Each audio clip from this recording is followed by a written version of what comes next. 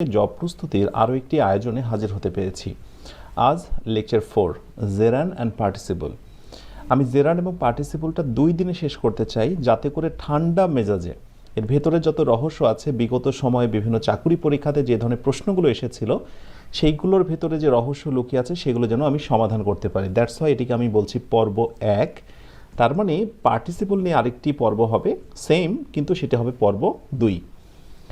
Well, তোমরা অনেকে আমাকে সালাম দিয়েছো। ওয়ালাইকুম আসসালাম ওয়া রাহমাতুল্লাহ। অনেকে জিজ্ঞাসা, স্যার আপনি কেমন আছেন? আলহামদুলিল্লাহ, আমি বেশ ভালো আছি এবং আমিও জানতে চাই তোমরা কেমন আছো। ঝটপট একটু কমেন্টে তোমার অনুভূতিগুলো, তোমার ভালো লাগার অবস্থাটা একটু জানিয়ে দাও। যারা নতুন তাদের জ্ঞাতার্থে জানিয়ে রাখি, নিয়মিত আমাদের এই আয়োজনগুলো, এই ক্লাসগুলো নেওয়া হচ্ছে রবিবার, মঙ্গলবার এবং বৃহস্পতিবার রাত্রি 9:30 আর যারা নতুন যুক্ত হয়েছো তারা অবাক হয়ে যেতে পারো, আজকে লেকচার 4, তার মানে আগের ক্লাসগুলো কোথায়? ডোন্ট ওয়ারি, টেনশন করার দরকার নেই। আমার চ্যানেলে, ইংলিশ মজা ইউটিউব চ্যানেলে সমস্ত ক্লাসগুলো দারুণ করে সাজানো রয়েছে। আর নিয়মিত যদি আপডেটগুলো পেতে চাও ক্লাস হওয়া না হওয়া নিয়ে সেই বিষয়টি, তাহলে আমার পেজের সঙ্গে কানেক্ট হতে পারো facebook.com/englishmoja.a1 এবং আমার গ্রুপের সঙ্গে কানেক্ট হতে পারো ইংলিশ মজা উইথ রফিক স্যার। দুটো কাজ করে দাও, লাইক বাটনে হিট করে দাও এবং ভিডিওটা একটু শেয়ার করে দাও। অনেকে জেনে যাবে। অনেকে বলছো যে আলহামদুলিল্লাহ আমি ভালো আছি। রিয়েলি আলহামদুলিল্লাহ, আমরা সত্যিই যদি ভালো থাকি এটি আমাদের জন্য বড় পাওয়া। শুরু করছি আজকের আয়োজনটি। তো তার আগে দেখে নিই আমরা কোন প্ল্যানিং ওয়েতে, কোন মাস্টার প্ল্যান অনুযায়ী আমাদের ক্লাসগুলো নিচ্ছি। এক এক করে আমাদের লেকচার 1 শেষ হয়েছে, প্র্যাকটিস শেষ হয়েছে, লেকচার 2, এরপরে প্র্যাকটিস শেষ হয়েছে, লেকচার 3 শেষ হয়েছে, এরপরে আজকে আমরা 4-এ এসে উপনীত হয়েছি। আর জেরান অ্যান্ড পার্টিসিপল নিয়ে কথা বলবো। পেজ 216, বইটা হলো নিড বই, অর্থাৎ আন্ডারস্ট্যান্ডিং টপিকগুলো আমরা বেসিক্যালি পুরোটাই নিড থেকে কাভার করব। যাদের কাছে নিড বইটি আছে তারা ঝটপট হাতে নিড বইটা নিয়ে ফেলো। সবাই নিড বইটা নিয়ে ফেলো এবং 216 পৃষ্ঠায় চলে যাও। দেখি যে জেরান অ্যান্ড পার্টিসিপল যারা একেবারে বিজ্ঞানার রয়েছে এবং যারা অনেক অ্যাডভান্স লেভেলে রয়েছে, সত্যিকার অর্থে এর ভিতরে আসলে কোনো রহস্য রয়েছে কিনা, প্রায়শই কিছু কোয়েশ্চেন ডিস্টার্ব করে, সেইগুলো আমরা আজকে ক্লিয়ার করব ইনশাআল্লাহ। ওকে, সো নিট বইটা খোলা হয়ে গেছে আই হোপ। তাহলে আমরা আমাদের কাঙ্ক্ষিত পেজটা বের করে ফেলি সবাই। পেজ নাম্বার কত হবে? 216, তাই না? মোবাইল 216। ওকে, আনসার আমরা বের করে ফেললাম, আমাদের মূল আয়োজনটি বের করে ফেললাম। ঠিক আছে, রেডি। খুবই মনোযোগ হতে হবে। ধরে নেওয়া যাক তুমি জেরান পার্টিসিপল কিছু বোঝো না, একেবারে জিরো থেকে শুরু করছো, তার জন্য এই ক্লাসটি। এবং যে কিনা অনেক ভালো জানো তার জন্য এই ক্লাসটি, বিকজ তোমার জানার ভেতরে যদি কোনো ঘাটতি থেকে থাকে সেটিও আজকে ক্লিয়ার হয়ে যাবে ইনশাআল্লাহ। আচ্ছা, জেরান এবং পার্টিসিপল মূলত নন ফাইনাইট ভার্বের প্রকার, রাইট? নন ফাইনাইট ভার্ব হচ্ছে 3টি, জেরান, পার্টিসিপল এবং ইনফিনিটিভ। সেটি নিয়ে আমরা ভার্বের অধ্যায়ে প্রচুর কথা বলবো। শর্টকাটে শুধু এইটুকু জেনে রাখো, জেরান বা পার্টিসিপল মূলত নন ফাইনাইট ভার্বের প্রকার। আচ্ছা, এরপরে যদি কেউ জিজ্ঞাসা করে জেরান অ্যান্ড পার্টিসিপল কি ফাইনাইট ভার্বের প্রকার নাকি নন ফাইনাইট, এইটুকু তো বলতে পারবে যেটি নন ফাইনাইটের প্রকার, রাইট? সুতরাং আমি এখানে তোমাকে একটু দাগিয়ে নিতে বলবো, একটু দাগিয়ে নাও তো, খুবই গুরুত্বপূর্ণ তথ্য। আচ্ছা, প্রথমেই জেনে নিই জেরান এবং পার্টিসিপলের উৎপত্তি। যদি আমরা জেরান নিয়ে কথা বলবো, কিন্তু জেরান পার্টিসিপল অধ্যায় তো, সেই জন্য পার্টিসিপলের কথাটা কিন্তু এসে যাবে বারবার। তো যাই হোক, জেরান এবং পার্টিসিপল নিয়ে যে কথাটি এখানে এসে যায়, যখন কোনো ভার্বের বেস ফর্মের সঙ্গে আমরা একটা আইএনজি লাগাই, রাইট? আমি এখানে এক্সাম্পলটাকে অ্যাড করতে চাই, লাইক দিস। ধরো আমি বললাম WRK, ওয়ার্ক। যখনই ভার্বের বেস ফর্মের সঙ্গে আমরা একটা কি লাগাই, এটাই কিন্তু বেস ফর্ম, যেটাকে আমরা V1 বলছি, এটার সঙ্গে যখন আমরা একটা আইএনজি লাগাই, তাহলে আইএনজিটা আমরা লাগিয়ে দিই। আচ্ছা, আইএনজিটা লাগিয়ে দিলাম। যখনই আমরা এভাবে আইএনজিটা লাগাই, তখন ইজ ইকুয়াল টু তাকে আমরা বলছি জেরান, ইজ ইকুয়াল টু তাকে আমরা কি বলছি? জেরান। তাহলে এখান থেকে প্রমাণিত যে কোনো ভার্বের সঙ্গে আইএনজি হলে সেটা জেরান হয়ে যাচ্ছে। এই মুহূর্তের কথা। অনেকে বলতেই পারো স্যার পার্টিসিপলও তো হয়। অবশ্যই হয়, আমি অস্বীকার করছি না, কিন্তু এই মুহূর্তে আমি তোমাকে যতটুকু শিখিয়েছি ততটুকুতে তুমি এটা বুঝে নিয়েছো যে ভার্বের সঙ্গে আইএনজি হলেই সেটা কি হয়ে যায়? জেরান হয়ে যায়, রাইট? ওকে, এখন বলা হচ্ছে একটু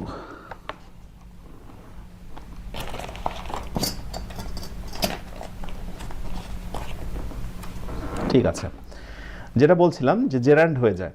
যা কাজ করে পার্টস অফ স্পিচ নাউনের মতো। তার মানে যেটাকে জেরান্ড বলছি আমরা, অন্য কথায় সহজ করে আমরা তাকে কি বলতে পারি? নাউন বলতে পারি। ছোট্ট আলোচনাটি একটু ভালো করে বুঝে নাও, আমার মনে হয় এটি প্রত্যেকেই জানো। আর এই জানা বিষয় থেকেই প্রতিযোগিতামূলক পরীক্ষাতে, অনেক চাকরি পরীক্ষাতে এই প্রশ্নটা হয়। লাইক দিস, আমি একটু দেখিয়ে দিই তোমাদের। যেমন প্রশ্ন করা হয়, gerund is similar to, fill in the gap রাখা হচ্ছে। বলছে যে এটা কি আসলে নাউন? অপশন বি, এটি কি অ্যাডজেক্টিভ? যারা চাকুরির পরীক্ষার প্রশ্নগুলো সলভ করেছো তারা একটু আমার সঙ্গে একমত হও, আর কি জানাও আমাকে যে আসলে এই কোয়েশ্চেনটা আছে কিনা, যে জেরান্ড ইজ সিমিলার টু, যে অপশান থাকে 4টি, নাউন নাকি এটি অ্যাডজেক্টিভ।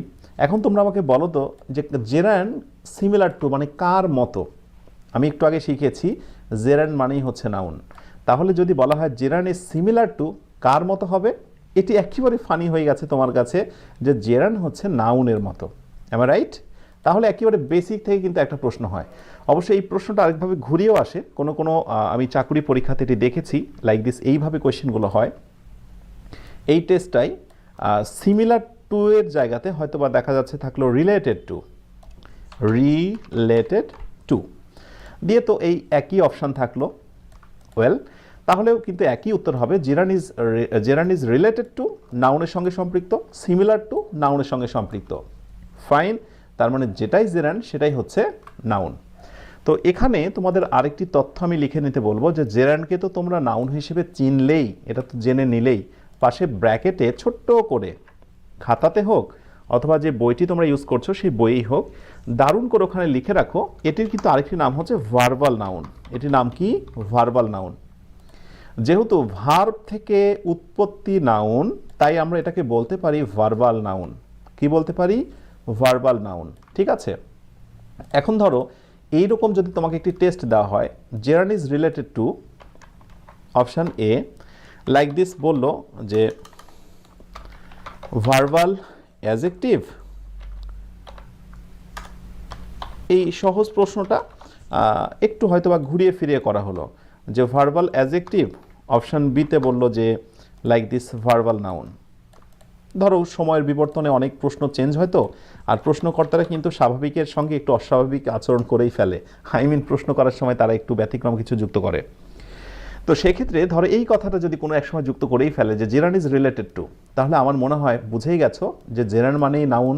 ফাইন, আবার সেটাকে বলছি আমরা ভার্বাল নাউন। সো এখানে জাস্ট লাইক আমরা বলবো ভার্বাল নাউন।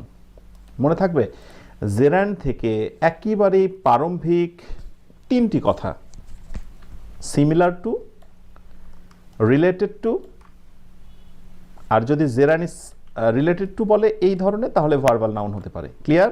ওকে, এবারে আসো, যদি আমরা ভার্বের সঙ্গে আইএনজি লাগাই, রাইট, তাহলে তার নাম আবার হয়ে যেতে পারে পার্টিসিপল। কি? পার্টিসিপল। অনেকের কিন্তু মাথা নষ্ট হয়ে গেছে, স্যার আপনি না একটু আগে বললেন যে ভার্বের সঙ্গে আইএনজি হলে সেটা জেরান্ড হয়। অবশ্যই হয়, তো সেই একই রকমের জিনিস আবার কি হতে পারে? পার্টিসিপল হতে পারে, কিন্তু সেটা ডিপেন্ড করবে তুমি কোথায় বসাচ্ছ। ঠিক আছে, যেমন আমি যদি বলি লাইক দিস, তোমরা একটু খেয়াল করো, ডাব্লিউ, ওকে, WALK, ওয়াক, ভার্বের বেস ফর্ম, তার সঙ্গে কি লাগাবো? আমরা একটা আইএনজি লাগিয়ে দেব, ওয়াকিং। এই যে আইএনজি লাগিয়ে দিলাম তো, যদি লাগিয়ে দিই তাহলে এই ওয়াকিংটার নাম কি হয়ে গেল? পার্টিসিপল হয়ে গেল।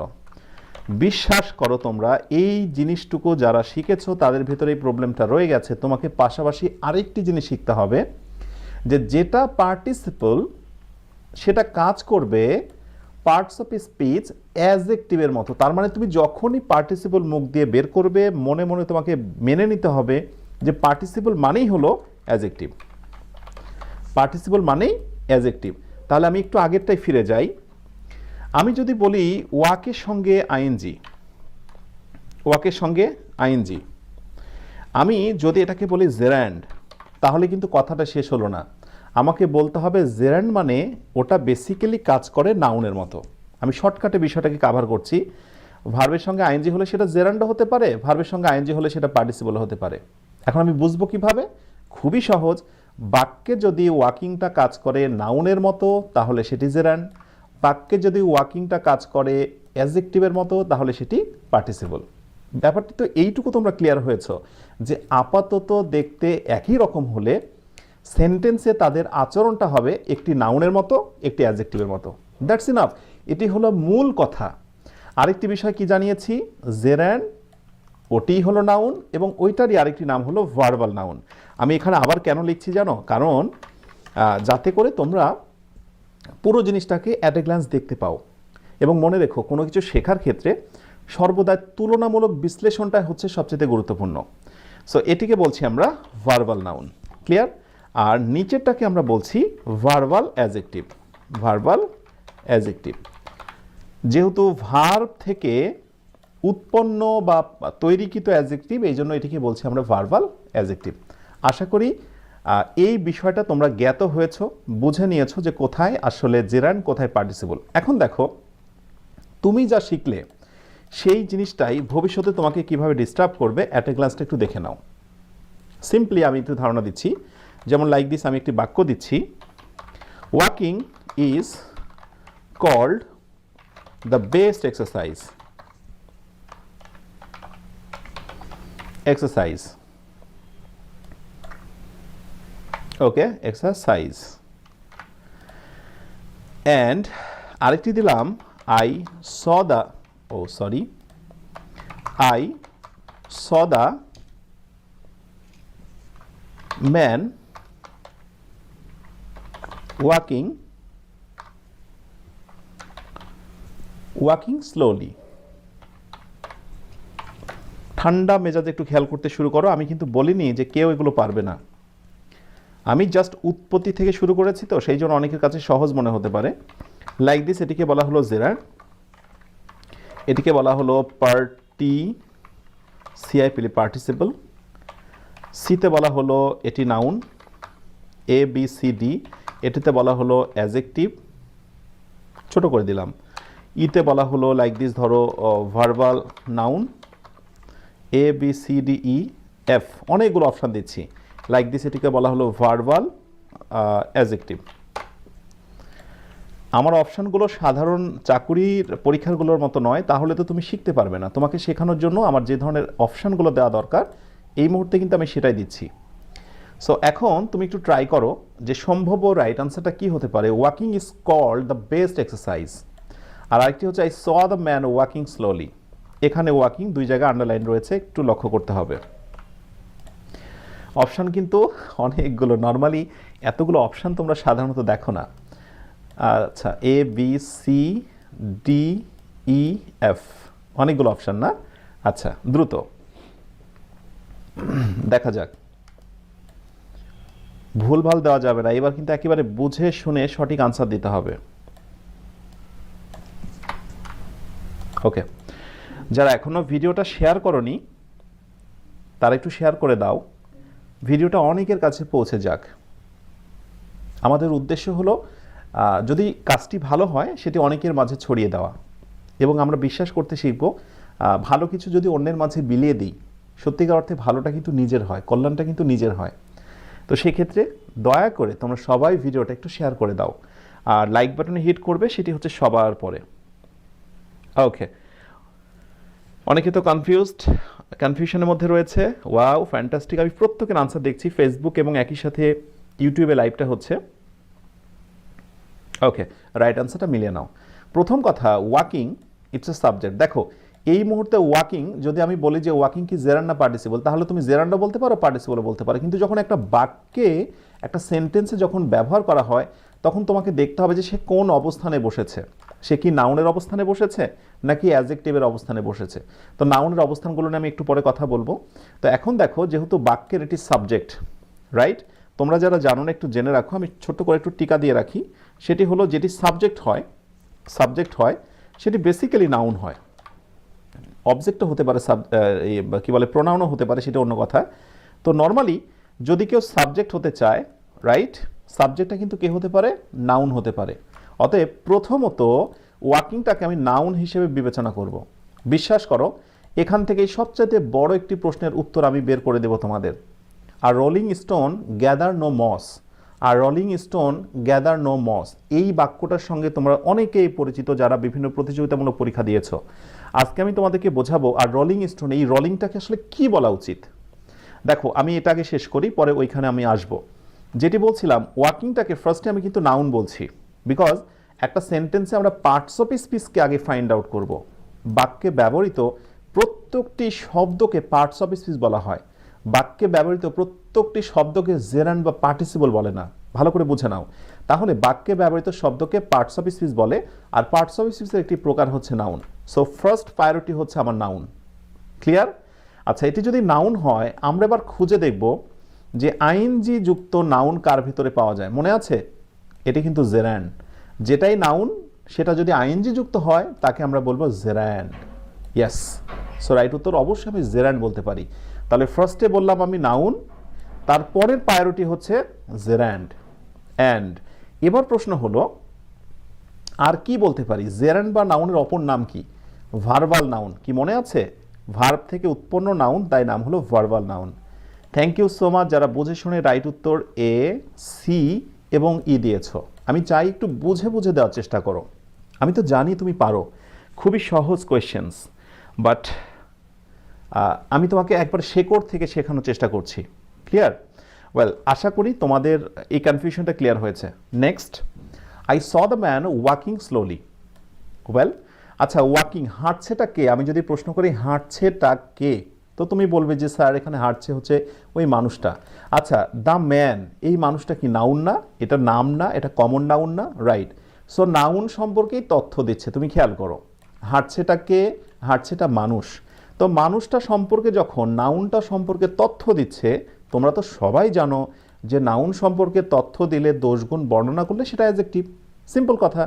তাহলে মানুষটিকে আমি হাঁটতে দেখেছিলাম, অতএব ওয়াকিংটাকে প্রথমত বলবো আমি অ্যাডজেক্টিভ। কি বলবো? প্রথমত অ্যাডজেক্টিভ। এখানে ছোট্ট করে আমি একটা টিকা দিয়ে দিই, একটা নোট দিয়ে দিই, সেটি তোমার জন্য হেল্পফুল হবে। নাউনের ঠিক পরেই, রাইট, যখন ভার্বের সঙ্গে আইএনজি হয় এবং ওই নাউন সম্পর্কে যখন তথ্যটা দেয়, নাউনের ঠিক পরেই যখন ভার্বের সঙ্গে আইএনজি হয় এবং ওই নাউন সম্পর্কে তথ্য দেয়, তার নাম হয়ে যায় পার্টিসিপল। এটাকে অন্য কথায় বলা হয় পোস্ট মডিফায়ার। কি মডিফায়ার? নাউন পরবর্তী বসেছে বলে এটাকে বলা হয় পোস্ট মডিফায়ার। এত কিছু শিখতে হবে না, অনেকের মাথায় তথ্যে জট লেগে যাবে। আমি টু দ্য পয়েন্টে আসি। তাহলে ভার্বের সঙ্গে যখন আইএনজি হয় ওটা হয়ে যায় পার্টিসিপল। পার্টিসিপল। ওকে, তাহলে নাউন সম্পর্কে ইয়েস পরবর্তী আইএনজি যুক্ত ভার্বটি তথ্য দিচ্ছে, অতএব তার নাম আমরা বলছি পার্টিসিপল। পার্টিসিপলকে আমরা প্রথমত বলবো অ্যাডজেক্টিভ। কি বলবো? প্রথমত বলবো অ্যাডজেক্টিভ। ওকে, এবার যদি কোনো আইএনজি যুক্ত শব্দ মনে আছে কথাগুলো অ্যাডজেক্টিভের মতো আচরণ করে, তাহলে তার নাম হচ্ছে পার্টিসিপল। মনে আছে? তাহলে সেকেন্ড চয়েস হলো আমাদের পার্টিসিপল। এবার বলো তো, যেটা পার্টিসিপল এবং অ্যাডজেক্টিভ হতে পারে আর কি নামে ডাকা যায়? ইয়েস, এবং সেটি হচ্ছে ভার্বাল অ্যাডজেক্টিভ। আমি এখানে ভার্ব অ্যাডজেক্টিভ দিয়ে রাখছি, একটু কষ্ট করে তোমরা বুঝে নিও, মাইন্ড করো না, আসলে লিখার জায়গা পাইনি। ভার্বাল অ্যাডজেক্টিভ, ঠিক আছে? ABCD দুইটা লাইনে দিয়ে দিই, হ্যাঁ? ওকে, সো পরেরটাকে বলছি আমরা ভার্বাল অ্যাডজেক্টিভ। আচ্ছা, আমি যতটুকু বোঝালাম এতটুকু কি বুঝতে পেরেছো যে একটা ওয়ার্ড আইএনজি হলেই তাকে আমরা জেরান্ড বা পার্টিসিপল বলবো না যতক্ষণ না বাক্যে সেটাকে ব্যবহার না করা হচ্ছে। Am right? সো বাক্যে যখন ব্যবহার করা হবে সেটা যদি নাউনের আচরণ করে তাহলে জেরান্ড বলবো, নাউন বলবো, ভার্বাল নাউন বলবো। বাক্যে যদি অ্যাডজেক্টিভের মতো আচরণ করে তাকে আমি পার্টিসিপল বলবো, অ্যাডজেক্টিভ বলবো, ভার্বাল অ্যাডজেক্টিভ বলবো। কোনো প্রবলেম রয়েছে? কোনো প্রবলেম নেই। আচ্ছা, এবার আসো মজার কাহিনীতে আসি। ধরো আমি দুটো অপশান দিচ্ছি তোমাদেরকে, শুধু এই দুইটা অপশান। এখানে AB, এখান থেকে কোন ঝামেলাটা ক্লিয়ার হবে সেটা বোঝার চেষ্টা করবা। আজকের পরে এটা নিয়ে যেন আর কোনো দ্বিধাদ্বন্দ্ব না থাকে। পার্টিসিপল রাখলাম, এটা রাখলাম। আচ্ছা, একটু আমাকে সময় দাও কোশ্চেনটা সাজানোর জন্য। ওকে, এটি হলো A, এটি হলো বি, এটি হলো বি। আচ্ছা, আমি একটু তুলে দিলাম, ফ্রেশ ব্ল্যাক কালার দিলাম। এইবার আমি সেম টেস্টটাই তোমাকে দিয়ে টেস্ট করতে চাই। ঝটপট এবার আত্মবিশ্বাসের জায়গাটা কি হয়েছে তোমার, I would like to know, আমি জানতে চাই। দেখি, এবং আনসার দেওয়ার পরে তোমাকে যুক্তি তর্ক এবং অন্যের সঙ্গে এই বিষয়টা নিয়ে প্রতিযোগিতা করতে পারতে হবে, প্রমাণ করে দিতে হবে তাকে যে আসলে কোনটা কি। ঝটপট একটু আমাকে জানাও। দেখি, walking is called the best exercise. I saw the man walking slowly, পরেরটা কি পার্টিসিপল নাকি অ্যাডজেক্টিভ? দেখি, দ্রুত, দ্রুত, সময় 30 সেকেন্ডস। ইয়েস, এইবার আমার সার্থকতা লাগছে, মানে সার্থক মনে হচ্ছে এই একটা বিষয় যে তোমাদেরকে আমি একটা বিষয় বোঝাতে শিখেছি যে দেখো, এখানে চাইলেই তুমি কিন্তু এই মুহূর্তে জেরান বলতে পারতে, তুমি চাইলেই কিন্তু এখানে পার্টিসিপল বলতে পারতে, কিন্তু তুমি বুঝে গেছো বাক্যে ব্যবহৃত প্রত্যেকটি অর্থবোধক শব্দকে পার্টস অফ স্পিচ বলে, আর পার্টস অফ স্পিচের প্রকার হচ্ছে নাউন, পার্টস অফ স্পিচের প্রকার হচ্ছে অ্যাডজেক্টিভ। সুতরাং আমাদের ফার্স্ট প্রায়োরিটি হচ্ছে নাউন এবং অ্যাডজেক্টিভ। তাহলে কোনো অপশানে যদি জেরান এবং নাউন থাকে আমরা অবশ্যই নাউনটাকেই বেছে নেব, যদি পার্টিসিপল এবং অ্যাডজেক্টিভ থাকে আমরা অ্যাডজেক্টিভকেই বেছে নেব। কিন্তু এবার প্রশ্ন হলো, যদি ধরো একটি গ্রামারের আলোচ্য বিষয় হলো জেরান্ড, ভালো করে বোঝো, অ্যান্ড পার্টিসিপল,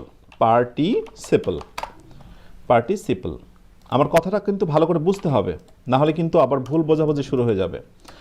আচ্ছা, এখানে ধরো একটি গ্রামারের আলোচ্য বিষয় যার শিরোনাম হচ্ছে জেরান্ড অ্যান্ড পার্টিসিপল। আচ্ছা, নিচের আমি অংশটুকু সব কেটে দিলাম। আমি বলছি যে জেরান্ড পার্টিসিপলের আলোচনায় এবার আমাকে বলো যে এই ওয়াকিং এর নাম কি। তখন তুমি বলবে যে স্যার অবশ্যই জেরান্ড নিয়ে আলোচনা করছেন, তাহলে আমি ফার্স্ট এবার জেরান্ড বলবো। ইয়েস, আমি এবার সেটা মেনে নেব। I saw the man walking, আপনি স্যার যেহেতু পার্টিসিপলের অধ্যায়ের ভিতরে আলোচনা করছেন, সুতরাং আমি এবার কি বলবো, পার্টিসিপল বলবো। Yes, it's right. এবার কিন্তু জেরান্ড এবং পার্টিসিপলটাই বেশি অথেন্টিক, বিকজ আমাদের ফোকাসটা হচ্ছে জেরান্ড অ্যান্ড পার্টিসিপল। কিন্তু মজার বিষয়, আমি এই সেম দুটো কোয়েশ্চেনকে একেবারেই মরুভূমির ভিতরে ফেলে দেব, অর্থাৎ কোনো শিরোনাম নেই। এবার এমন কেউ আছে আমার সঙ্গে এই কথাটাই একমত হবে না, যে ভিন্ন মত পোষণ করবে যে না এখানে আসলে এই মুহূর্তে জেরান্ড বা পার্টিসিপল দিতে হবে। এই মুহূর্তে এটার অথেন্টিক পরিচয় হচ্ছে তারা অ্যাডজেক্টিভ এবং নাউন। Am I clear? সুতরাং আমি তো বারবার একটি কথা বলি যে আমি তোমাকে যেটা শেখাচ্ছি সেটা শুধুমাত্র তোমার জন্য নয়, কারণ তুমি একসময় অন্যকে শেখাবে, তোমার ভিতটাকে কিন্তু সেইভাবে শেকড় থেকে স্ট্রং করতে হবে। ক্লিয়ার? আশা করি বুঝে নিয়েছ। ওকে, তাহলে এবার আমরা আবার আমাদের মূল আয়োজনে চলে যাই, যেখান থেকে আমরা এখানটায় আসলাম, তাই না? আচ্ছা, এবারে আসো, এই অজানা কথায় তোমরা একটু সবাই দাগিয়ে নাও, তোমাদের নিট বইটাতে অজানা কথা রয়েছে, একটু দাগিয়ে নাও। ওকে, জেরান্ডকে বলা হচ্ছে ভার্বাল নাউন। ইয়েস, এটা তো আমরা দেখেই ফেলেছি, যেহেতু এটি নাউন, যেহেতু এই নাউনটি ভার্ব থেকে উৎপত্তি। হ্যাঁ, এটা তো আমরা বারবার দেখলাম, তাই না? আচ্ছা, এটা দেখলাম, আমি একটু দাগিয়ে নিই। ওকে, পার্টিসিপলকে বলা হচ্ছে ভার্বাল অ্যাডজেক্টিভ। ইয়েস, যেহেতু এই অ্যাডজেক্টিভটি ভার্ব থেকে উৎপত্তি। ইয়েস, এটা দেখিয়েছি, আমি দাগিয়ে নিলাম। জেরান্ড এবং পার্টিসিপল উভয় ভার্ব থেকে উৎপত্তি, কিন্তু কেউই প্রকৃতপক্ষে কিন্তু কোনো ভার্ব না। বুঝতে পারছো? ভার্ব থেকে উৎপত্তি, কিন্তু ভার্বাল নাউন। ভালো করে বুঝো, ভার্বাল নাউন মানে ভার্ব টু নাউনে পরিণত হয়েছে। ভার্বাল অ্যাডজেক্টিভ তার মানে কি, ভার্ব টু অ্যাডজেক্টিভে পরিণত হয়েছে। এগুলো বুঝতে হবে তোমাকে। ওকে, এখানে অনেকগুলো কথা আছে, আমি এখানে টাইম ওয়েস্ট করব না। এবার প্রথমে আমরা জেরান্ড নিয়ে কথা বলি। জেরান্ডের মূল আলোচনায় প্রবেশ করছি। শতভাগ মনোযোগ চাই, এলোমেলো কনসেন্ট্রেশন এদিক ওদিকে দেওয়া যাবে না। তাহলে প্রথমে জেরান্ড নিয়ে কথা বলি। একটি বাক্যে কোথায় জেরান্ড বসে তা জানতে গেলে তোমাকে অবশ্যই জানতে হবে একটি বাক্যে নাউন কোথায় বসে। ইয়েস, আমি যখনই জেরান্ড বলবো সঙ্গে সঙ্গে আমি নাউন ভাববো। আমি কথাটা আবার রিপিট করছি, আমি যখনই জেরান্ডের কথা বলবো সঙ্গে সঙ্গে নাউনের স্মৃতি আমার মাথায় আসতে হবে। আমার কথা বোঝো নাই? নর্মালি তোমাকে বলা হচ্ছে 10 টাকা হাতে দিয়ে যে বাজারে যাও এবং তুমি একটা পাশের দোকান থেকে সিঙ্গাড়া কিনে নিয়ে আসো। পাশের দোকান থেকে সিঙ্গাড়া কিনে নিয়ে আসো। তো সিঙ্গাড়া তোমাদের প্রত্যেকের এলাকাতেই হয়, খুবই ফানি মজার একটি আইটেম। সিঙ্গাড়া মানেই তো স্মৃতি, 3 কণা হবে, ভেতরে আলু থাকবে এটসেট্রা। তার মানে সিঙ্গাড়া শব্দের সঙ্গে 3 কণা, ওর ভিতরে আলু থাকবে, এই স্মৃতিগুলো তোমার মাথায় ভেসে ওঠে নাম বলার সঙ্গে সঙ্গে। একইভাবে যখন জেরান বলা হবে তোমার মাথায় কিন্তু ভেসে উঠতে হবে, আচ্ছা gerund is nothing without noun. বলা হচ্ছে জেরান আসলে কিছুই না একটা নাউন ছাড়া। যখনই জেরান ওটিকে আমি ভেবে নেব সিম্পলি নাউন, মনে থাকবে?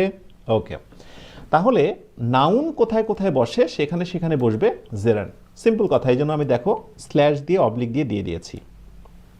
ওকে, এইবার আমাদের মূল আয়োজনটি শুরু হচ্ছে।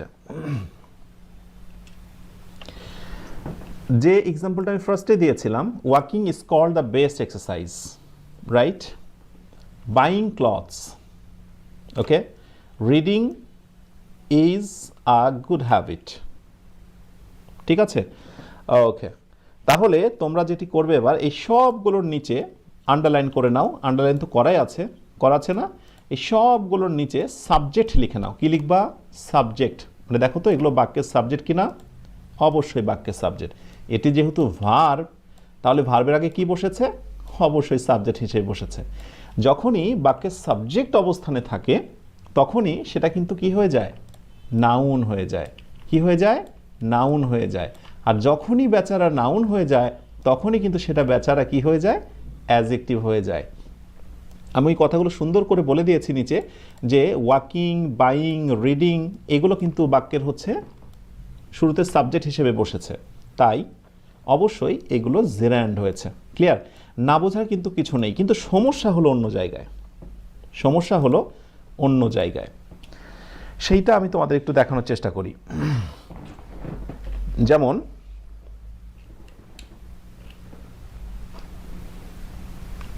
এই এক্সাম্পলটা আমি তোমাদেরকে দেখাতে চাই, it will be helpful for you.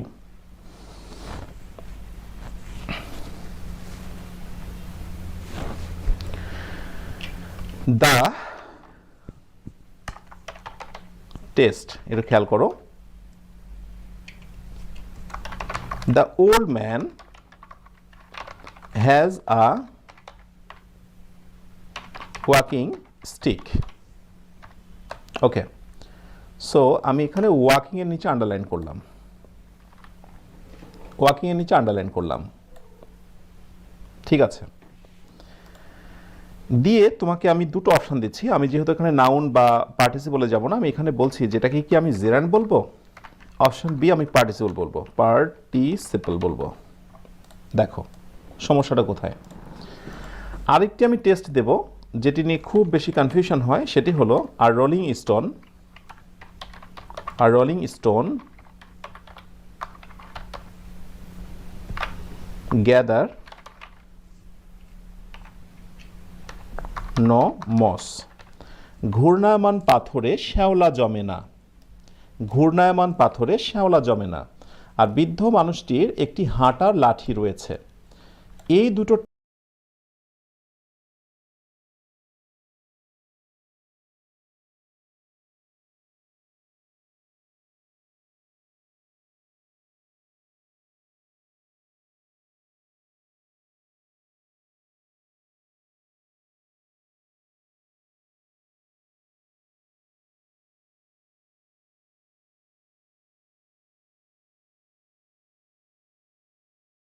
Test আমি দেব বিভিন্ন চাকুরির পরীক্ষাতে, এবং আমি তোমাদের প্রথম দিকে একটি কথা বলেছিলাম যে রোলিংটা নিয়ে আসলে কি আনসার হওয়া উচিত সেই বিষয়টা আমি ক্লিয়ার করে দেব।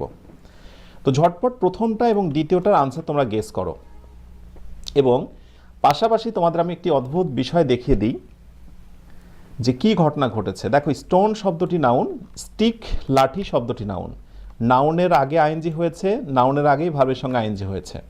এখানেও একটি ডিটারমিনার আছে, এখানেও একটি ডিটারমিনার আছে, মানে সেম স্ট্রাকচার বাট আনসার কিন্তু আলাদা। আনসার হচ্ছে আলাদা। Walking stick, yes, here walking is a gerund. ওয়াকিংয়ের নাম কি? জেরান। কেন বলো তো? কারণ এটি কিন্তু কম্পাউন্ড নাউন হিসেবে কাজ করছে, লাইক দিস ওয়াকিং স্টিক, হাঁটার লাঠি। মানে স্টিক বলতে কিন্তু এখানে যেন তেন স্টিক না, স্পেসিফিক করে দেওয়া হয়েছে ওয়াকিং স্টিক, হাঁটার লাঠি। তার মানে স্টিক ফর ওয়াকিং, হাঁটার লাঠি। বুঝতে পারছো? স্টিক ফর ওয়াকিং, লাঠি হচ্ছে হাঁটার জন্য, বাট পরেরটা আসো, আর রোলিং স্টোন ঘূর্ণায়মান, মানে এটি কিন্তু চলমান, এটি কিন্তু গুণাবলী প্রকাশ করছে, যেন তেন স্টোন নয়। এই স্টোনটা হচ্ছে যেটা কিনা রোলিং মানে ঘুরতে থাকে। সুতরাং রোলিংটাকে আমরা এখানে অ্যাডজেক্টিভ বলছি, যেহেতু নাউনের আগে বসেছে। মজার বিষয়, তুমি স্টোন থেকে রোলিংটাকে আলাদা করতেই পারো। স্টোনের একটা আলাদা পরিচয় থাকবে, রোলিং তো অন্য কিছুর জন্যও হতে পারে, ঘুরতে পারে অন্য কিছু, কিন্তু হাঁটার লাঠি বোঝাতে তোমাকে ওয়াকিংটাই ব্যবহার করতে হবে। বুঝতে পারছো? এই দুটো শব্দ একে অপরের সঙ্গে জড়িত, কিন্তু এরা কিন্তু একে অপরের সঙ্গে জড়িত নয়। তো এরকম ক্ষেত্রগুলোতে নাউনের আগে বসেছে কম্পাউন্ড নাউন আকারে, সুতরাং সেটি জেরান। আর এই জায়গাতে স্টোনের আগে যে রোলিং বসেছে সেটিকে বলছি আমরা পার্টিসিপল। কি বলছি? পার্টিসিপল। বাট এবার টু দ্য পয়েন্ট, মেন কথায় আসি। আমরা যদি নর্মালি ডিকশনারিতে সার্চ দিই রোলিং, রোলিং শব্দটা কি? রোলিং শব্দটা জন্ম থেকেই হচ্ছে অ্যাডজেক্টিভ। তোমরা একটু সার্চ দিয়ে দেখবে, যাদের হাতে ভালো মানে অক্সফোর্ড ক্যামব্রিজ ডিকশনারিগুলো রয়েছে, বিশেষ করে প্রিমিয়াম ভার্সনগুলো, যে রোলিং শব্দটা ডেফিনেটলি কিন্তু অ্যাডজেক্টিভ, একেবারে অ্যাডজেক্টিভ। তুমি যেখানেই রোলিং ইউজ করবে সেটা কিন্তু অটোমেটিক্যালি অ্যাডজেক্টিভ হয়ে যাবে। আর অ্যাডজেক্টিভ কার মধ্যে পাওয়া যায়? পার্টিসিপলের মধ্যে পাওয়া যায়। এখন পার্টিসিপল রয়েছে, আবার ধরো কি বলে অ্যাডজেক্টিভও রয়েছে। এক্ষেত্রে কোনটা দিবে? পার্টিসিপলও রয়েছে, অ্যাডজেক্টিভও রয়েছে। আমি অবশ্যই তোমাকে বলবো অ্যাডজেক্টিভ দেওয়াটাই হচ্ছে বেস্ট, বিকজ আমি তোমাদের রিজনটাই বললাম যে রোলিং শব্দটা জন্ম থেকেই অ্যাডজেক্টিভ। এবং এখান থেকে একটি বিষয় প্রমাণিত, সবাই এবার একটু নোট করে নাও এই নোটটা। সেটা নোট হচ্ছে যে determiner plus verb plus ING, ছোট্ট করে লিখে নাও, প্লাস পরের শব্দটি হচ্ছে নাউন। এই নোটটা করে নাও, পরে আমি বুঝিয়ে দিচ্ছি। যে ডিটারমিনার, কই ডিটারমিনার? এই যে ডিটারমিনার, পরে হচ্ছে ভার্বের সঙ্গে আইএনজি, এই যে আইএনজি দুইটা জায়গাতেই, পরে কি রয়েছে? নাউন রয়েছে, নাউন রয়েছে। এইটাকে এখন তুমি এই যে আইএনজি যুক্ত যে শব্দটা, এটাকে তুমি কি কি বলতে পারছো? দেখো, তুমি জেরান্ডো বলতে পারছো, আবার পার্টিসিপলও বলতে পারছো, পার্টিসিপিএলই, পার্টিসিপলও কিন্তু বলতে পারছো। ওকে, আচ্ছা, আমার কথা একটু ভালো করে বুঝে নাও। অদ্ভুত শব্দ যেটা আইএনজি যুক্ত, আমার সেম প্যাটার্ন, তুমি একই সাথে সেটাকে জেরান্ডো বলতে পারছো, আবার পার্টিসিপলও বলতে পারছো। যদি একে অপরের সঙ্গে মিলে যায় তাহলে সেটি জেরান। আমি পার্থক্যটা শর্টকাটে লিখে দিচ্ছি, এইভাবে তুমি করে নেবে। স্টিক ফর ওয়াকিং, যদি বাক্যটাকে এইরকম করে ফ্রেজ করে যদি সুন্দর করে বাক্য মানে অর্থ হয়, স্টিক ফর ওয়াকিং, হাঁটার জন্য লাঠি, না? Stick for walking. আর এইখানে দেখো তুমি যেটা বানাবে সেটা হচ্ছে ইজ দিয়ে, অর্থাৎ স্টোন ইজ রোলিং, অর্থাৎ পাথরটা ঘুরছে। যখন এরকম ইজ দিয়ে তুমি ডাইভার্ট করতে পারবে সেগুলোকে বলবে তুমি পার্টিসিপল। যখন ফর দিয়ে তুমি সেন্টেন্সটাকে ডাইভার্ট করতে পারবে, ফ্রেজটাকে সাজাতে পারবে, সেটাকে বলবে জেরান। ঠিক আছে? এই সূত্রটা তুমি অ্যাপ্লাই করতে পারো, যেটা কিনা অনেক সময় তোমার হেল্প করবে।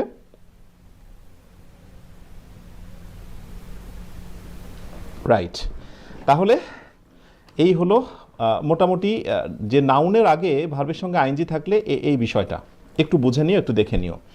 আরও আমরা এক্সাম্পল দেবো, পরে আরও অনেক বেশি ক্লিয়ার হবে। স্টে কানেক্টের সাথে থাকো। আচ্ছা, এখানে আসি পরবর্তীটা। It has stopped raining. Okay, I like swimming. সেন্টেন্সে যখন অবজেক্টে তুমি এক কাজ করো, রেইনিং, সুইমিং, গোসিপিং, আন্ডারলাইন করো সবগুলোতে।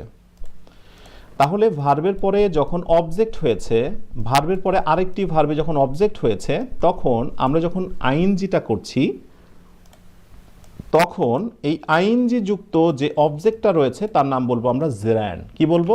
জেরান। আমার তো মনে হয় না যে নেক্সটে এই জাতীয় আর কোনো দিন কোনো ভুল হবে। কি বোঝনি না? তোমার বোঝাটাকে আমি আরেকটু পূর্ণতা করে দিই। লাইক দিস, এই টেস্টটা দেখো। ধরো এরকম একটি বাক্য দেওয়া হলো যে স্টপ, WRITING, স্টপ রাইটিং। এবার রাইটিংয়ের নিচে আন্ডারলাইন করা হলো। ওকে, আন্ডারলাইন করে তোমাকে বলছে যে বলো দেখি এই রাইটিংটা কি জেরান্ড, ওয়েল, না কি পার্টিসিপল? পার্টিসিপল। আমাকে বলো তো এইটাকে তুমি কি বলবে? তুমি কিন্তু বুঝে গেছো স্টপ একটা ভার্ব, তারপরে এটি হলো অবজেক্ট। অন্য কথায় ট্রানজিটিভ ভার্ব যতগুলো রয়েছে যাদের পরে একটি করে অবজেক্ট থাকে, দুইটি ভার্ব যখন পাশাপাশি বসে পরবর্তী ভার্বের সঙ্গে আইএনজি হলে সেটি কিন্তু প্রথম ভার্বের সাধারণত অবজেক্ট হয়ে যায়। আর অবজেক্ট হলেই কোনো কথা নেই, আমরা জানি যে অবজেক্ট অবস্থানে যে বসতে চায় তাকে জেরান্ড হতে হয়। সুতরাং ডেফিনেটলি তুমি কি বলবে? জেরান্ড বলবে। আমার রাইট? সুতরাং এখান থেকে একটি বিষয় প্রমাণিত, প্রথম ভার্বের পর দ্বিতীয় ভার্বের সঙ্গে আইএনজি হলে সেটি জেরান্ড হয়ে যায়। আমার রাইট? ওয়েল, নেক্সটে আরেকটা টেস্ট দিয়ে আমি তোমাদেরকে একটু বিচার করতে চাই, বুঝে শুনে রাইট আনসারটা করতে হবে। ওয়েল, লাইক দিস, ধরো এরকম বললাম যে গো লাইক কি দেব? Go fishing, FISHING, fishing. Okay, এবার ফিশিংয়ের নিচে আন্ডারলাইন করলাম, দিয়ে আমি লাইক ওই দুটি অপশানই দিলাম। ওকে, এবার তোমরা আমাকে একটু জানাও তো, গো ফিশিং, এই ফিশিংটাকে তুমি কি বলতে পারো? ঝটপট আনসারটা দিয়ে দিতে হবে। এবং মাঝে মাঝে একটি কথা বলি, আমি যত আলোচনা করব সবটুকুই যে তুমি সব মুহূর্তে বুঝে ফেলবে তা কিন্তু নয়, কিন্তু এটা ঠিক, তার যদি 50%ও বুঝতে পারো, বাকিটা যখন আমরা আবার প্র্যাকটিসে যাব সেখানে কিন্তু বাকি 50%টা কাভার হয়ে যাবে। কিন্তু কখনোই পারলাম না, ছেড়ে দিলাম, ব্যাপারটা এরকম নয়। অনেকের কাছে কঠিন লাগে বলেই তো এই সাবজেক্টটা এত বেশি রয়্যাল, এত বেশি অন্য সাবজেক্ট থেকে আলাদা। তো সেটাকে তুমি যদি দখলে নিয়ে আসতে চাও, আমার মনে হয় একটু তো ডেডিকেশান দিতেই হবে, অনেক বেশি ডেডিকেশান দিতে হবে, একটু বলা ঠিক হবে না। Okay fine, fantastic, fabulous. অনেকেই ঠিক দিচ্ছে, আবার অনেকেই ভুল। দেখো প্রবলেমটা কোথায়? স্টপের পরে রাইট তুমি ভার্বের সঙ্গে আইএনজি দিয়েছো, এখানেও গো ভার্বের পরে তুমি আইএনজি দিয়েছো। এখন গণহারে কিন্তু অনেকেই জেরান্ড দিচ্ছে, কিন্তু no, here fishing is a participle, go fishing. এইখানেই তোমাকে এই বিষয়টি বুঝতে হবে যে এখানেও ভার্ব, এখানেও ভার্ব, এটাও আইএনজি, এটাও আইএনজি, এটার নাম হয়ে গেল জেরান্ড, এটার নাম হয়ে গেল পার্টিসিপল। তাহলে মজা বোঝো। এই জায়গাগুলোতেই কিন্তু বেসিক্যালি চাকরি পরীক্ষার্থীদের সমস্যা হয়, আর ওই যারা প্রশ্নকর্তা তারা কিন্তু এই ঘটনাটাই ঘটিয়ে দেয়। তাহলে ছোট্ট করে একটা নোট লিখে নাও, নোটটা সবাই লিখে নাও। ট্রানজিটিভ ভার্ব, ট্রানজিটিভ ভার্ব কি জানা আছে তোমাদের? যে ভার্বের পরে অবশ্যই একটি কি থাকবে? Object, GECT, object. আরেকটি শর্টকাট পাশে লিখে নাও, ইনট্রানজিটিভ ভার্ব। যে ভার্বের পরে বসে অ্যাডভার্ব, যে ভার্বের পরে সাধারণত কি বসে? অ্যাডভার্ব বসে।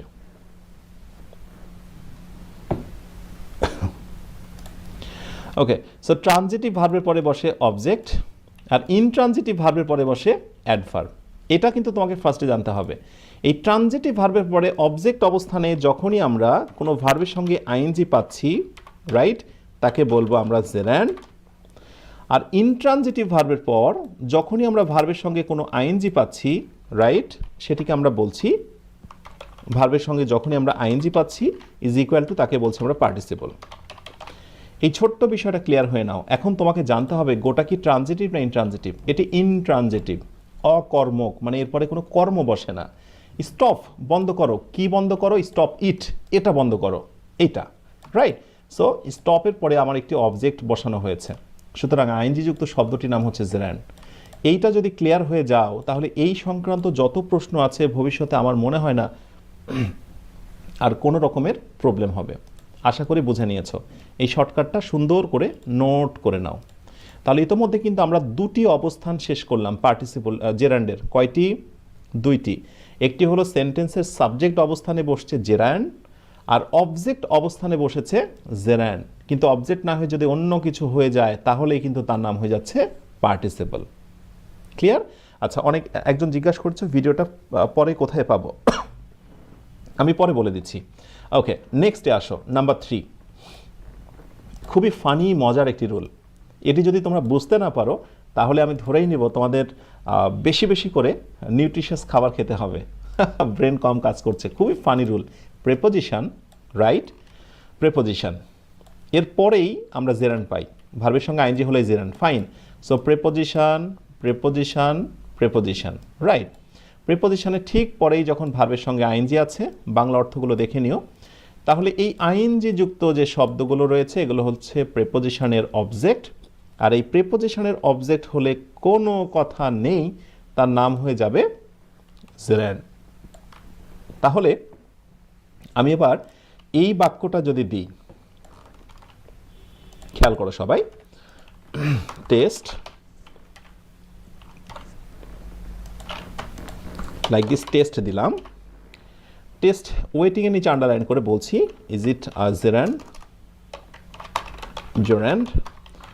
বিতে বলছি পার্টিসিপল, পার্টিসিপল।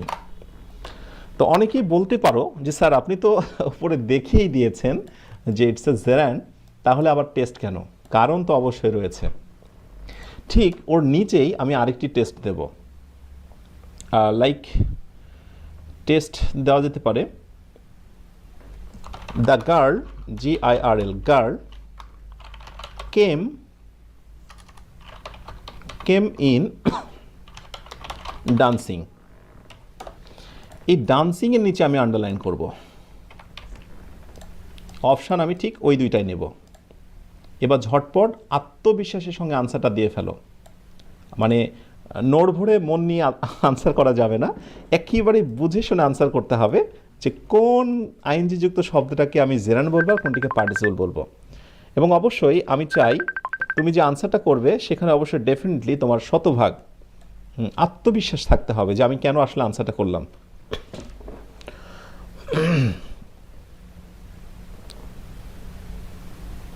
ওকে, হ্যাঁ, জিজ্ঞাসা করেছো যে স্যার এটি কোন বই থেকে ক্লাস নেওয়া হচ্ছে? এটি নিট বই থেকে ক্লাস নেওয়া হচ্ছে।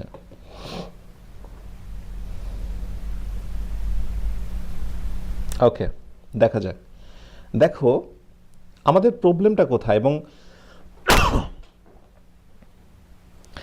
এবং সমস্যাটা হলো যে আমরা যখন বিভিন্ন প্রতিযোগিতামূলক পরীক্ষা দিই, ফেস করি, সেখানে প্রশ্নকর্তারা কি করে, সাধারণ রুল যেটা তোমরা শিখেছো তার সঙ্গে অসাধারণকে অ্যাড করা হয়।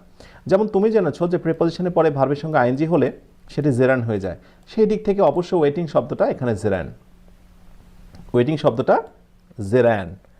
কিন্তু কেম ইন, এখানেও আইএনজি যুক্ত শব্দ রয়েছে ভার্বের সঙ্গে ING, here it's a participle, এটার নাম কি? পার্টিসিপল। এইবার একটু মজা বুঝে নাও যে কি অবস্থা ঘটে গেল। বুঝতে পারছো যে প্রিপোজিশনের পরে ভার্বের সঙ্গে আইএনজি হলেই সেটাকে কিন্তু তোমার কি বলা যাবে না, জেরান বলা যাবে না। এক্ষেত্রে ছোট্ট করে একটা নোট করে নাও, সেম নোট, যে নোটটা আমি আগে দিয়েছি এই নোটটা আবার তোমরা করে নাও। যারা বুঝে শুনে আনসার করতে পেরেছো, I appreciate you very much. সেটি হলো যদি ট্রানজিটিভ ভার্ব হয়, ট্রানজিটিভ, এইটা হলো ট্রানজিটিভ, গ্রিউ, হয়ে গিয়েছিল, কি হয়ে গিয়েছিল, অপেক্ষা করতে করতে ক্লান্ত হয়ে গিয়েছিল।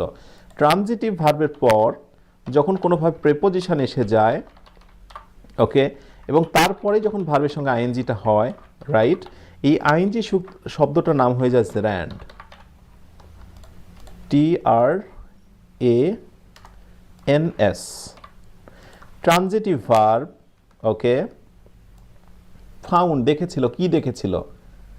সো ট্রানজিটিভ ভার্ব বের পর যখন প্রিপোজিশন বসে যায়, ওয়েল, পরবর্তী ভার্বের সঙ্গে যখন আইএনজি হয় তখন তাকে আমরা বলি নর্মালি জেরান, ঠিক আছে, এগুলো জেরান। কিন্তু যদি এই রুলটা intransitive, TRANSITIV, intransitive verb plus, intransitive verb মানে হচ্ছে গো, কাম, স্লিপ, এরকম কিছু ভার্ব আছে না, এগুলো পর যদি কোনো কার্যত, কোনো কারণবশত যদি প্রিপোজিশন এসে যায়, সেটা অ্যাপ্রোপ্রিয়েট প্রিপোজিশন হতে পারে, সেটি গ্রুপ ভার্ব হতে পারে, যদি প্রিপোজিশন এসে যায়, রাইট, এসে যেতেই পারে, ঠিক এর পরেই যখন আমরা ভার্বের সঙ্গে আইএনজিটা করে দিই, রাইট, এই আইএনজি যুক্ত ভার্বটাকে আমরা বলে দিচ্ছি তখন পার্টিসিপল, পার্টিসিপল। তাহলে দেখো একটু আগেও তোমাদের ট্রানজিটিভ ভার্বের ব্যবহার দেখিয়েছি, সর্বনাশ, ইনট্রানজিটিভ, TRAN, ট্রানজিটিভ। তাহলে ট্রানজিটিভ এবং ইনট্রানজিটিভ ভার্বের ব্যবহার কিন্তু দুইবার আসলো, তার মানে বুঝতেই পারছো জেরান্ড এবং পার্টিসিপলের ক্ষেত্রে তোমাকে অবশ্যই ট্রানজিটিভ এবং ইনট্রানজিটিভ ভার্বের এই ব্যবহারটা একটু দেখে রাখা খুব জরুরি। ঠিক আছে, আশা করি বুঝে নিয়েছো প্রিপোজিশনের পরে ভার্বের সঙ্গে আইএনজি হলেই চোখ বন্ধ করে বলা যাবে না যে সেটি জেরান্ড হয়ে যাবে, ওটা পার্টিসিপলও হতে পারে। ক্লিয়ার? আস্তে আস্তে তোমরা আরও বুঝে ফেলবে যে কোনটি জেরান্ড কোনটি participle. Okay, the girl came in dancing, তার মানে মেয়েটি নাচতে নাচতে ভেতরে এসেছিল। The customer grew tired of waiting, আর ক্রেতারা অপেক্ষা করতে করতে অপেক্ষা করায় ক্লান্ত হয়ে গিয়েছিল। আচ্ছা, আবার ভুল করেছো না? এবার আমাকে জানাও তো নিচেরটা যারা যারা সঠিক করেছিলে একটু জানাও ঝটপট। আচ্ছা, এবারে আমরা চতুর্থ নাম্বারে প্রবেশ করছি। কোথায় নাউন বসবে দেখো, আমরা তিনটি শেষ করলাম। সাবজেক্ট অবস্থানে জেরান্ড, অবজেক্ট অবস্থানে জেরান্ড, প্রিপোজিশনের পরে হচ্ছে জেরান্ড। যদিও ব্যতিক্রমগুলো দেখিয়েছি কিন্তু বেসিক্যালি তিনটি জিনিস কাভার করলাম। আমি আবার রিপিট করছি, সাবজেক্ট অবস্থানে ভার্বের সঙ্গে আইএনজি মানে জেরান্ড, অবজেক্ট অবস্থানে ভার্বের সঙ্গে আইএনজি মানে জেরান্ড, প্রিপোজিশনের পরে ভার্বের সঙ্গে আইএনজি মানে জেরান্ড। আর ব্যতিক্রম তো রয়েছে যেটা আমি দেখালাম। এবার আসো 4 নাম্বার, আমাদের শিরোনাম কমপ্লিমেন্ট হিসেবে জেরান্ড। হ্যাঁ, আমি দেখতে পাচ্ছি তোমরা অনেকেই লিখেছো আমারটা হয়েছে আমারটা হয়নি। আচ্ছা ঠিক আছে, হবে, আস্তে আস্তে হবে, টেনশনের কোনো কারণ নেই। সাথে থাকো, অনেক দূর আমাদেরকে যেতে হবে, অনেক পথ আমাদের পাড়ি দিতে হবে। ওকে, আলহামদুলিল্লাহ আমার হয়েছে। ওকে ফাইন, আমি দেখতে পাচ্ছি। আমি কিন্তু কারোর নাম বলি না, হ্যাঁ, অনেকেই খুশি হতে পারো, অনেকে আবার অখুশি হতে পারো। আসলে আমার উদ্দেশ্য থাকে ক্লাসটি নেওয়া, আমি কাউকে খুশি করার জন্য আসিনি, বিশ্বাস করো। সেক্ষেত্রে তোমরা এটি কখনোই ভেবো না। বাট প্রত্যেকে কমেন্ট করবে, এই কারণেই আমি প্রতিটি কমেন্ট দেখি এবং ক্লাস শেষ হওয়ার পরেও আমি কিন্তু এই কমেন্টগুলো আবার দেখি, লাইভে কারা কী কমেন্টগুলো করেছিল। সেক্ষেত্রে তোমরা অবশ্যই আনসারগুলো করবে, রিপ্লাই দেবে সবসময়। কমপ্লিমেন্ট হিসেবে জেরান্ড বসে। কমপ্লিমেন্ট জিনিসটা কি এটা যদি না বুঝো তাহলে কিন্তু বড় একটি সমস্যা হবে। আমি সেটা বোঝানোর পরে বুঝিয়ে দিই। যেমন আমি যদি বলি হি ইজ পোর, হি মানেই কিন্তু পোর, ভালো করে বুঝো। যিনি হি তিনিই কিন্তু গরিব। আচ্ছা, আবার আমি যদি বলি হি ইজ আ ডক্টর, যিনি হি তিনিই কিন্তু হচ্ছে ডক্টর। অর্থাৎ সাবজেক্টের সঙ্গে একবারে শেষে বসা অংশটির একটা সম্পর্ক থাকবে, সাবজেক্টের সঙ্গে শেষে বসা অংশটির সম্পর্ক থাকবে। এই শেষে বসা অংশটির নামই হলো কমপ্লিমেন্ট বা পরিপূরক। মনে থাকবে, যেটাই সাবজেক্ট সেটাই হচ্ছে তার পরিচয়, সেটাই হচ্ছে বাড়তি অংশ। বাট এখানে একটা মজার বিষয় লক্ষ্য করেছো, হি ইজ পোর শব্দটি কিন্তু adjective, he is a doctor শব্দটি হচ্ছে নাউন বা নাউন ফ্রেজ। তাহলে কমপ্লিমেন্ট হিসেবে অ্যাডজেক্টিভও বসতে পারে, কমপ্লিমেন্ট হিসেবে নাউনও বসতে পারে। অ্যাডজেক্টিভ কমপ্লিমেন্ট, এটা কিন্তু ফার্স্টে প্রমাণিত, এটি তোমাকে বুঝতে হবে। কমপ্লিমেন্ট, MENT, নাউন কমপ্লিমেন্ট, এটি বুঝেছ? আচ্ছা, তাহলে এখান থেকে ছোট্ট একটা টেস্ট দিত, দেখি তোমরা কেমন পারছো। যেমন একবার সহজটা দিই, যেমন হানি টেস্টস সুইট। আমাকে বলো তো যে which one is complement, PLEMENT, complement. ঠিক আছে, এখানে কোনটি complement? Option A like this honey, option B taste, option C sweet. মানে আসলে মূল আলোচনা যাবার পূর্বে আমি তোমাকে কমপ্লিমেন্টার ব্যাপারে একটি স্বচ্ছ ধারণা দিতে চাচ্ছি, দ্যাটস ওয়াই আমি এই কথাগুলো আমাকে বলতে হচ্ছে। একটু ঝটপট জানিয়ে দাও তো, honey taste sweet, which one is complement, এখানে কোনটিকে আমি কমপ্লিমেন্ট বলতে পারি? ওয়াও, ইয়াস, এটি এই যে এটা বলতে পারছো সাহস করে, মানে এটাই দরকার। হ্যাঁ, ওপার বাংলা থেকে তোমরা অনেকেই ক্লাস করছো, কলকাতা থেকে আমি জানি। ওকে ফাইন, ফ্যান্টাস্টিক, ফেভেলাস, ইয়েস, খুব ভালো করে বুঝে গেছো যে হানি বা মধু খেতে মিষ্টি, তার মানে যেটাই মধু সেটাই তো মিষ্টি, এম আই রাইট? যেটাই ব্যক্তি সেটাই তার পরিচয়। দেখো তো ওই রকম একই বিষয় কিনা, যেটাই ব্যক্তি সেটাই হচ্ছে ডাক্তার। অর্থাৎ সাবজেক্টের মতো একেবারে শেষ অংশ হলে সেই অংশটির নাম হচ্ছে কমপ্লিমেন্ট। ওয়েল, সো আমরা কিন্তু বুঝে গেছি কমপ্লিমেন্ট জিনিসটা কি, মাথায় কিন্তু ঢুকে গেছে, এম আই রাইট? এইবার আমাদের মূল আলোচনাটি করতে অনেক সুবিধা হবে। আমি যদি বলি সিং ইজ বিলিভিং, যা দেখা যায় তাই বিশ্বাসযোগ্য, যেটাই দেখা যায় সেটাই বিশ্বাসযোগ্য। দেখো তো একে অপরের সঙ্গে পরিপূরক কিনা, দেখা মানে বিশ্বাস, বিশ্বাস মানে দেখা, এম আই রাইট? আচ্ছা, আগে এটা বুঝে নাও। হিজ প্রফেশন, তার পেশা হলো টিচিং, তার মানে তার প্রফেশনটাই হলো টিচিং, টিচিংটাই তার profession.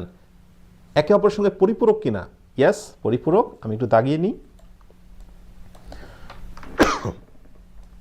My favourite activity is riding bicycle. আমার একেবারে পছন্দের কাজ হলো সাইকেলে চড়া। আমার পছন্দের কাজ হলো কোথায় কি করা? সাইকেলে চড়া, রাইট। তার মানে পছন্দের কাজ মানেই সাইকেলে চড়া। দেখো তো এই অংশের সঙ্গে এই অংশে একটা দারুণ মিল আছে কিনা? দারুণ মিল আছে, রাইট? ওকে, তো সেক্ষেত্রে তোমাদের এখন মনে রাখতে হবে যে এইখানে তোমার অ্যাজেক্টিভও বসে, আবার কিন্তু কমপ্লিমেন্টও বসতে পারে। তোমরা কি বলে, অ্যাজেক্টিভও বসতে পারে, নাউনও বসতে পারে কমপ্লিমেন্ট হিসেবে। কিন্তু যখন কোনো লাইক দিস কাজের নাম বোঝায়, কাজ, প্রফেশন, ফেভারিট অ্যাক্টিভিটি, সিং, কাজের যখন নাম বোঝায়, কাজের যখন ধরন বোঝায়, এই কমপ্লিমেন্টে থাকা আইনজিযুক্ত শব্দটাকে তুমি পার্টিসিপল বলতে পারবে না, তাকে তোমাকে বলতে হবে জেরান্ড। আমি কথাটা আবার রিপিট করছি, তোমার কাছে মনে হতেই পারে যে স্যার বি ভার্বের পর তো অ্যাডজেক্টিভ বসে। অনেকেই অ্যাডভান্স লার্নার রয়েছে, তারা ভাবছো বি ভার্বের পর তো স্যার অ্যাডজেক্টিভ বসে, আপনি শিখিয়েছেন। কিন্তু না, যদি কোনো কাজের ধরন প্রকাশ করে, কাজের নাম প্রকাশ করে, এগুলো কিন্তু কাজ এবং কাজের নাম প্রকাশ করা হচ্ছে, বিস্তারিত ঘটনা প্রকাশ করছে। এক্ষেত্রে কমপ্লিমেন্টে যখনই তোমরা ভার্বের সঙ্গে আইএনজি-যুক্ত শব্দটি পাবে, তার নাম বলে দেবে নাউন। আমি শর্টকাট করে দিচ্ছি, এরপরে যেন আর প্রবলেম না হয়। ওকে, ভার্ব প্লাস আইএনজি লিখে নাও সবাই। Verb plus ING is equal to complement. যখনই জেরান্ড পার্টিসিপলের প্রসঙ্গ আসবে, তার নাম হয়ে যাবে জেরান্ড। অনেকবার অনেক চাকুরি পরীক্ষাতে এই প্রশ্নটা এসেছে, his profession is teaching. His profession is teaching, ঠিক আছে? সো এই নোটটা সবাই করে নাও। যখনই ভার্বের সঙ্গে আইএনজি যুক্ত শব্দগুলো কমপ্লিমেন্ট হবে, রাইট? কমপ্লিমেন্ট তো বুঝেই ফেলেছি আমরা, প্রথম অংশের সঙ্গে দ্বিতীয় অংশের পরিচয়, তখনই তার নাম বলবো আমরা জেরান্ড। মনে থাকবে কথাটা, জাস্ট মাথায় ঢুকিয়ে নাও। ওকে ওকে, তাহলে এরপরে কি আছে আমাদের? কম্পাউন্ড নাউন চেনা, নাউন হিসেবে জেরান্ড, কম্পাউন্ড নাউন হিসেবে জেরান্ড। ইয়েস, এটা কিন্তু আমি তোমাদের দেখিয়েছি একবারে প্রথম অংশে। ওয়াকিং স্টিক তুমি আলাদা করতে পারছো না, রাইট? টেকিং এক্সারসাইজ, ব্যায়াম করা। মেকিং টি, চা বানানো। দেখো শব্দগুলো কিন্তু একসাথে, এবং এই শব্দগুলোকে